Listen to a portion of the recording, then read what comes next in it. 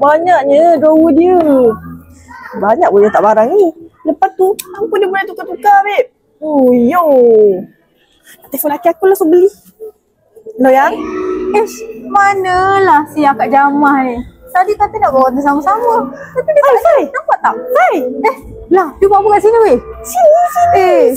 Kau buat apa kat sini akak Jamah? Korang jom Akak Jamah bawa korang cuci mata dekat Sri Harmony Home, Tasik Central, Tun Aminah, Johor Bahru. Dekat sini ada apa je? Sampai jauh no ke Tun Aminah sana? Kat sini macam-macam ada. Ada katil, ada meja makan, ada perabot, ada drawer kecil, meja makeup. Ya Allah, macam-macam design ada tau. Ya, lepas tu ni kedai baru tau. Macam-macam ada. Korang ada nampak kan nombor tu? Boleh je kontak. Korang tengoklah dekat drawer ni si ada built-in speaker lagi tau.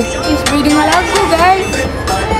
Itulah, suka betul dengan drawer tu. Ada Jamah nak belilah. Macam mana Jangan risau sebab dia boleh hantar ke seluruh Kuala Lumpur, Selangor, Negeri Sembilan dan juga Singapura. Tapi ada cas sikit lah. So korang jangan lupa tau datang si Harmony Home dekat Tasik Central ni sebab Adik dan Kak Jamah approve.